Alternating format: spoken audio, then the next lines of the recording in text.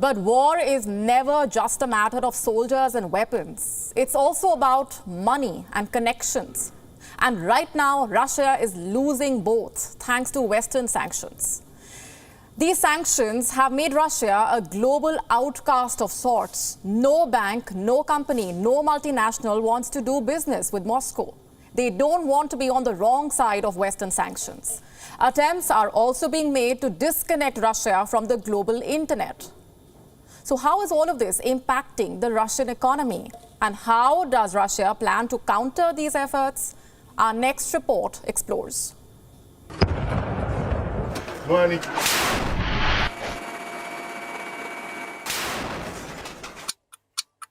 Two weeks ago, Russian companies could sell their goods around the world.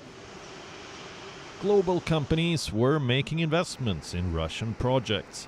The people of Russia were buying MacBooks and Toyotas at home. They were also freely spending their rubles abroad. Now they're in a financial bind. Their currency has tanked by 30%. Interest rates have risen to 20%. Inflation is at 9%, and foreign reserves worth $630 billion have been frozen. It's as if a new Iron Curtain has descended upon Russia. One organization after another is cutting ties with Moscow. The latest to do so are payment companies. A host of them have suspended operations in Russia to further isolate the Russian economy. This includes MasterCard, Visa, PayPal, and American Express. Cards issued by these companies will no longer work outside Russia.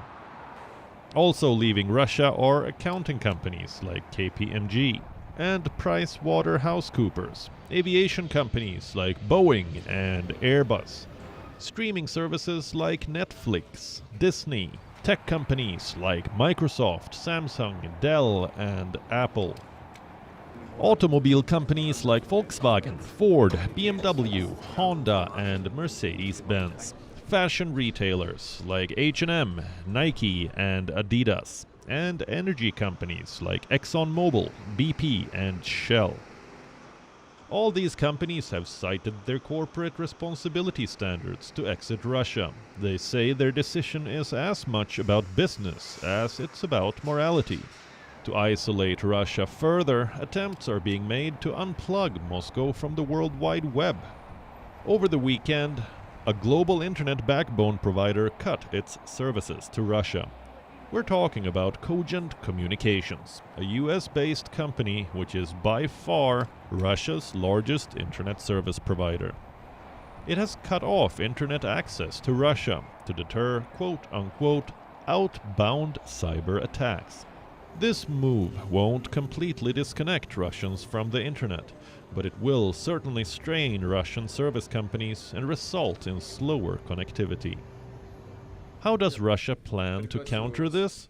By further cutting its reliance on external internet and turning to its own homemade network, RUNET, short for the Russian internet.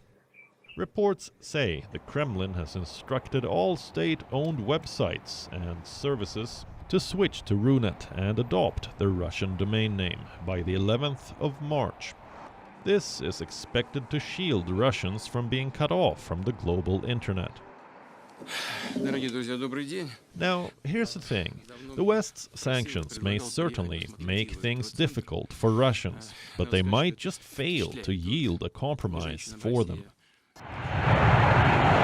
Putin has been preparing for this moment all this while. Over the past 8 years, he has built the Russian state and economy to bear the cost of war.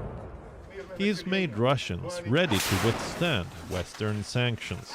This fortress mentality is proof that Russia may get disconnected from the world, but it is not going to retreat from Ukraine anytime soon.